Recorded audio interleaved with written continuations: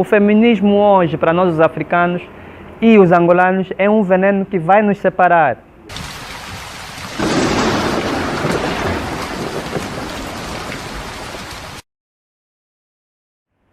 Há duas formas de lhe responder essa questão, meu caro irmão e mestre Ramek também. Vou lhe responder primeiro da forma subjetiva e depois da forma objetiva. Da forma subjetiva, feminismo e machismo para nós os africanos não existe. É Nza, Mbi, Amun, Ra, Olodum, Maré. Nyami, Nyam Kipon. A primeira lei é tudo é mental, Deus é mente. A segunda lei é tudo se manifesta pela polaridade, se manifesta macho e fêmea. Todo o nosso sistema africano, filosoficamente falando, foi construído nessa duplicidade, não é? Que é muito além da dialética do Hegel, não é? Isso não é dialética. A dialética de Hegel é outra coisa. Aqui não, aqui nós estamos a falar de leis cósmicas, não é? Leis palpáveis e leis provadas. Se vê todo o nosso sistema, quando, por exemplo, uma das manifestações do divino, quando ele se manifesta como conhecimento, é Jahuti. Mas Jahuti não vem sozinho. Jahuti vem com quê? Sechat. Quando a luz vem, se manifesta masculinamente como quê? Eru. Mas a luz não pode se manifestar sem amor, porque o amor é uma forma da manifestação da luz. Ele se manifesta como Herukuti. Ok?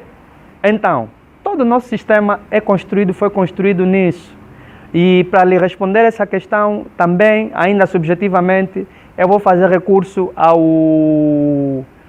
dois mestres que eu tive. Ao mestre Bambela Henrique Tinapá, não é? Que foi o responsável por quase todo o treino que eu tive, não é? Que dizia que o grande problema da África é os homens estarem separados das mulheres e as mulheres estarem separadas dos homens. Toda a luta espiritual que o mestre Tinapá fez foi com o objetivo, por exemplo, de voltar a criar essa harmonia entre homens e mulheres. Tanto que nós, por exemplo, no nosso templo, lá no Golfo 1, que também se alojava na casa do mestre, nós fazíamos os nossos exercícios espirituais, embora aqui em separado. Noutros sistemas, os homens entravam primeiro que as mulheres, faziam, depois as mulheres saíam, as mulheres entravam. O mestre trocou. As mulheres entravam primeiro com os homens, depois os homens é que faziam o seu exercício. E o mestre Mário Clinton, um outro que venho trazer aqui, responsável também por grande parte de todos os conhecimentos que tenho, experiência, dizia que o problema da África resulta, sobretudo, por causa das mulheres estarem separadas dos homens, porque a luta ética da mulher deve-se fazer ao lado do homem. E nós sempre fizemos isso. Por isso é que temos o alambamento, em que, como diz o mestre Cheikh Anta Diop e o mestre Boubacar Mamari Keita, outro grande mestre de referência que tive na universidade, dizia que e disse muito que nós temos que voltar. O professor Boubacar Mamari Keita, por exemplo, nos ensina muito sobre essa questão do sistema, do forte sistema que havia, a união entre homens e mulheres em África. E voltando ao mestre Mário Clinton, ele dizia o seguinte, que houve 3 grandes revoluções no mundo. A primeira revolução foi do Deus único, Deus homem, que não havia em África. Porque o Deus não era homem, como é na perspectiva judaico-cristã islâmica. Na perspectiva judaico-cristã islâmica, Deus é homem, Alá é homem. E me perdoem os irmãos muçulmanos, não é? Jeová ou Elohim, o Senhor dos Exércitos, é homem. Tanto que na Bíblia se diz que a parte feminina de Deus, Deus escondeu, ou a Shekinah escondeu dentro do paraíso.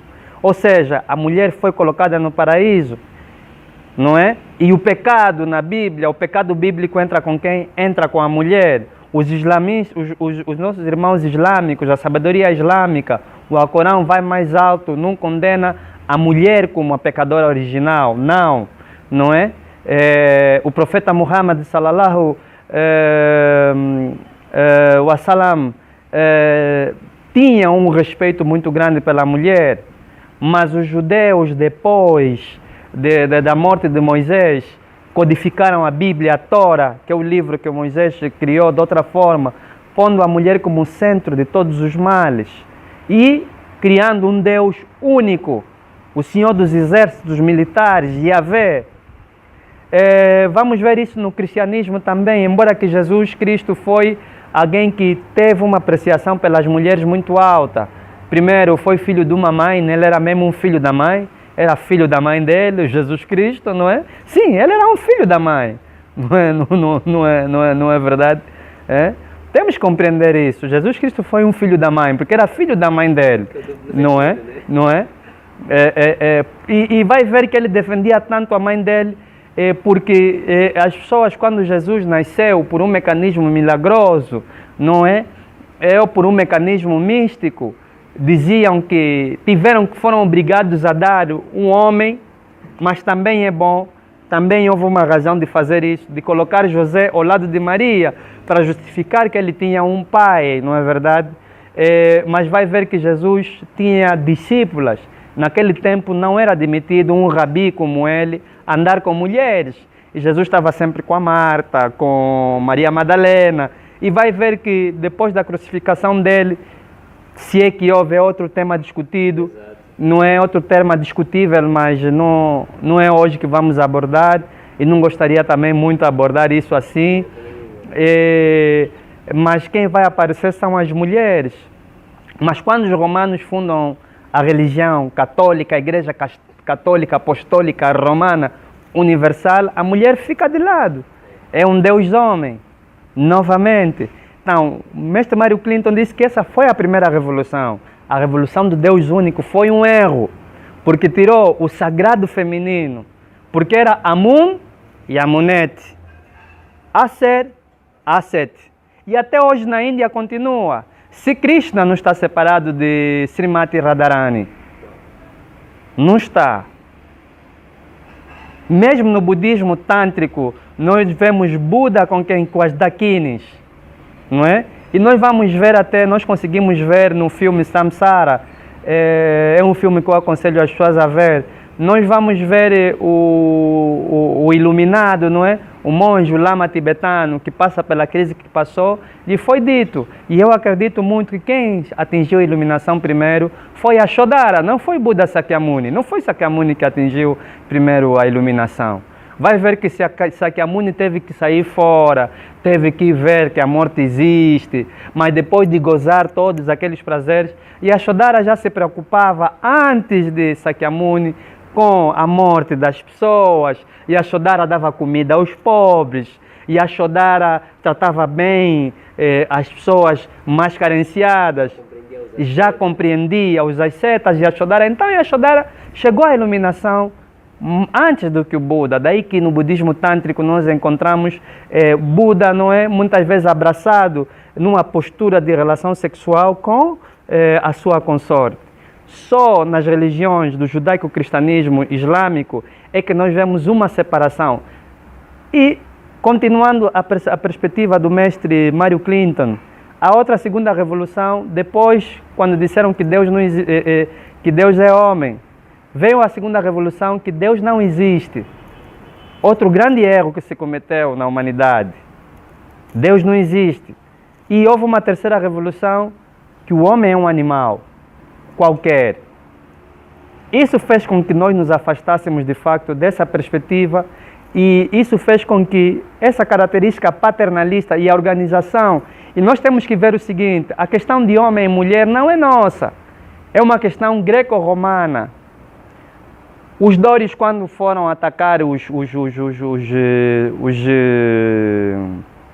eólios na Grécia Antiga, eles não tinham respeito nenhum pela mulher.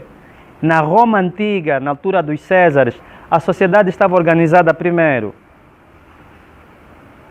O homem depois o namorado dele, depois o seu cão ou o seu gato, depois a mulher como parideira, depois os velhos, depois as crianças, depois os velhos.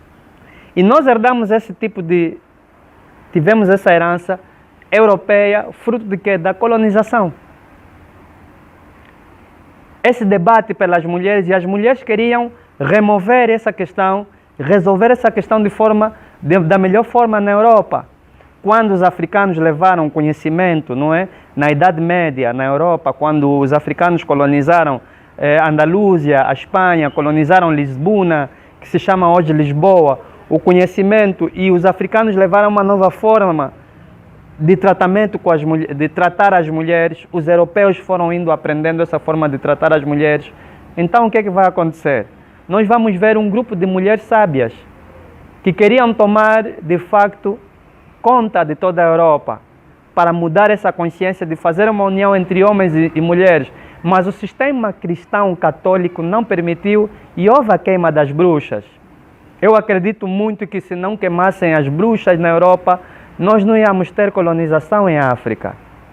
Porque aqueles milhares de mulheres sábias iam chamar a atenção aos seus filhos, aos seus maridos, aos seus consortes de que não se trata assim os irmãos, mesmo que estão sobre uma posição de fraqueza. Daí, começamos a ter esse problema. Mas nós, os africanos, nunca tivemos esse problema. Para nós, os africanos, a mulher nunca foi superior ao homem, o homem nunca foi superior à mulher. E como resultado disso, até hoje, nós pagamos o alambamento para manter o Deus totêmico da mulher, como explica bem o grande mestre da ciência, o mestre Boubacar Namori Keita. Nos explicou muito bem isso quando estivemos na universidade. Por isso é que nós pagamos o alambamento à família da mulher e mantemos o Deus totêmico da mulher. Daí que a nossa sucessão em África era por via matrilinear.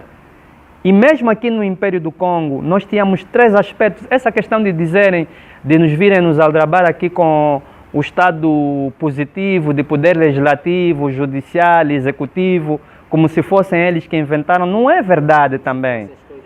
As coisas primordiais e que se fossem eles que inventaram, porque não foram eles que inventaram. A separação dos poderes do Estado já existiam aqui no Império do Congo. Nós chamávamos de Nsaku, Nzinga e Mpanzu. Nsaku eram 2 homens. Mpanzu Nsaku e Mpanzu eram 2 homens. 2 poderes masculinos que eram contrabalançados pelo poder da mãe, que era Nzinga. Por isso é que todo imperador, todo rei, todo muene no Império do Congo levava Nzinga. Nzinga Nkuvu, Nzinga isso, Nzinga aquilo, porque é a mulher que te permite governar. Não é o homem que faz governo. Daí que para nós aqui a terra era das mulheres e os homens eram simplesmente depositários dessa responsabilidade e eram agentes executivos dessas mulheres. Então, a luta do feminismo... Vou já chegar ali. Por isso é que quando o faraó desencarnasse no Antigo Egito, quando o faraó cessasse a sua vida, a coroa era entregue numa das filhas do faraó. E o próximo faraó, para ser faraó, tinha que casar com uma das filhas do faraó. Daí que veio a questão do quê? Das Amenirdes, ou das divinas adoradoras no templo de Amun, ou as chamadas esposas de Amun-Ra, no Antigo Kemet. Eu abordo muito isso quando eu falo do sagrado feminino através das artes. Explico isso bem, ok? E nós vamos ver que isso continuou, isso perdurou até muito tempo em África, até os europeus chegarem aqui. Isso é que motivou a luta de Kimpavita contra o Dom Afonso I. Porque Dom Afonso I era de linhagem patrilinear e não de linhagem matrilinear, como era assim. Agora, a luta do feminismo e do machismo não é uma luta africana. Passou a ser uma luta africana devido à herança colonial, porque o homem africano ficou fora de casa, foi levado como escravo lá nas Américas e nas Europas. A mulher africana ficou aqui a ser prostituída pelo colonizador. A nossa mulher africana era prostituída. E o meu pai conta-me isso. Lutou muito tempo na luta, esteve muito tempo na luta de libertação nacional e explica bem isso. Mesmo o mestre Mário Clinton explica bem isso. Mesmo o meu mestre Bambela Henrique Tinapá explica bem isso. Bambela Henrique Tinapá, por exemplo, explica um episódio em quando separaram durante anos e anos a mãe dele e o pai dele. A mãe ficou em Angola e o pai teve que trabalhar no Congo Democrático, no contrato. Isso separou os homens e as mulheres. E os homens começaram a ganhar, os homens africanos, uma outra sensibilidade. Depois da colonização, vai se dar uma questão. A Europa, até hoje, e até bíblico, vamos dizer, Paulo, por exemplo, diz que as mulheres não podem ensinar os homens dentro das igrejas. Está na Bíblia. Que a mulher não pode levantar a cabeça. Está na Bíblia. Em escritura nenhuma, por exemplo, o sistema árabe até hoje é assim. As mulheres são subordinadas aos homens. O sistema judeu, pior. As mulheres são subordinadas aos homens. No sistema africano, não. Aqui em África, por exemplo, vai fazer um casamento, vai fazer um alambamento e não chama as tias e vais ver se vais casar. Não casas. De maneira nenhuma, porque as mulheres têm a última palavra, é das mulheres, é das senhoras, até hoje. O que aconteceu conosco?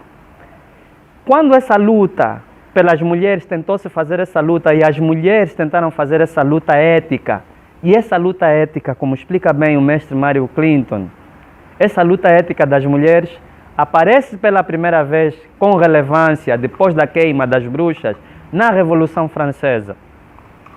Por isso é que Robespierre institui o culto da deusa da razão. Para quê? Para valorizar a mulher europeia. A partir da Revolução Francesa, a mulher europeia começa a ganhar pés para andar. Daí que Delacroix, por exemplo, na sua obra, na sua pintura, há uma pintura célebre que ele pinta uma mulher guiando os homens com uma arma e com um seio desnudo, que é a liberté guidant le peuple, ou a liberdade guiando o povo, que é uma mulher. A mulher começa a fazer a sua jornada ética, mas mesmo assim não é aceita. E vai existir o quê? Vai se dar um outro acontecimento muito trágico, que foi a queima das mulheres na fábrica nos Estados Unidos. A partir daí, começa uma agenda da mulher europeia, euro-americana, para se libertar do jugo patriarcal. Mas o feminismo também só existe enquanto movimento quando o panafricanismo nos Estados Unidos começa a dar aso. Por quê? Porque um dos nossos grandes libertadores, que foi Marcos Mosiah Garvey, devemos muito a Marcos Mosiah Garvey, muita gratidão a Marcos Mosiah Garvey. Quando Marcos Mosiah Garvey institui o panafricanismo messiânico, Marcos Mosiah Garvey não obsta a mulher africana, porque ele sabia que uma das formas únicas do homem africano se levantar, e ele viu que quando o africano que estava lá nos Estados Unidos, nas Caraíbas, a começar a levantar a cabeça, aqui a colonização estava mais forte. E Marcos Mosiah Garvey disse o seguinte: eu vou bater primeiro aqui fora para depois bater lá dentro. Marcos Mosiah Garvey começa a dar importância e relevância à mulher africana nos Estados Unidos. Acontece que os Estados Unidos, depois de criar, penso que no fim do século XIX ou no início do século XX, cria um sistema de inteligência que é o FBI. O FBI, através de Edgar Hoover, entre outros, viram que a mulher africana começa a ter valor dentro dos espaços africanos nos Estados Unidos. Eles lançam o feminismo como uma agenda não para dar liberdade à mulher europeia, mas para contrabalançar a luta africana, para separar homens e mulheres africanas na luta. O que eu posso dizer? O feminismo hoje em Angola, por exemplo, em Angola sobretudo, porque não muito nos outros países africanos, porque nos outros países africanos há equilíbrio entre homens e mulheres, mas nós aqui a colonização foi muito agudizante. Foram 400 anos. E temos um sistema religioso cristão que não facilita. E eu vou dizer sim, o cristianismo sim foi um veneno para a África e continua sendo um veneno para a África. Um veneno muito grande. Porque não nos libertou, na verdade, nos emancipou. Uma coisa é liberdade, a outra coisa é emancipação. Fez como o tráfico de escravos, que não libertou escravo nenhum. Emancipou os escravos, mas não libertou. Daí que nós hoje estamos com uma linguagem de emancipação da mulher, não para libertar a mulher, mas para emancipá-la. Que mulher? A mulher africana? Não. A mulher europeia, que não podia votar em 1948. A mulher europeia e americana só começaram a votar em 1948. Enquanto que, por exemplo, aqui no Império do Congo, antes de Kimpavita, quando um rei falecesse, o próximo rei era votado. E uma das câmaras que votava o rei era a Câmara dos Zimbumpungo, as mulheres fortes do reino, do Estado. Então não nos venham falar aqui de feminismo. Feminismo é para eles. O feminismo hoje, para nós os africanos e os angolanos, é um veneno que vai nos separar. É só voltarmos à questão que é do sagrado feminismo africano e acabou. Há lutas que não são nossas. Deixem as lutas deles para eles e vamos fazer nossas lutas. Há lutas que não são nossas. Exatamente.